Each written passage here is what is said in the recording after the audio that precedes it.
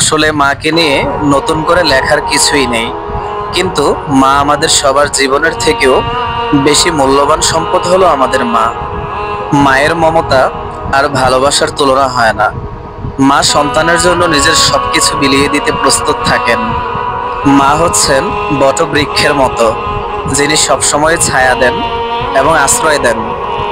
মায়ের ভালোবাসা সবসময় সন্তানের জন্য থাকে, তা সে যত বড়ই হোক না কেন। সন্তানের জন্য মা নিজের সুখ, আরাম সব বিসর্জন দিতে প্রস্তুত থাকেন।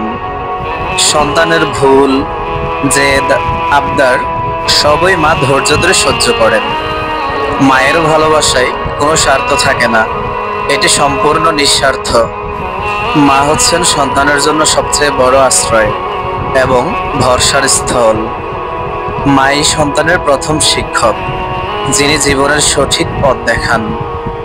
মায়ের সান্নিধ্য গেলেই মন শান্ত হয়ে যায়। মাকে সবসময় সম্মান করা উচিত এবং তার ভালোবাসার প্রতিদান দেওয়া উচিত। মায়ের ঋণ শোধ করা সম্ভব না হলেও সবসময় তার পাশে থাকা উচিত।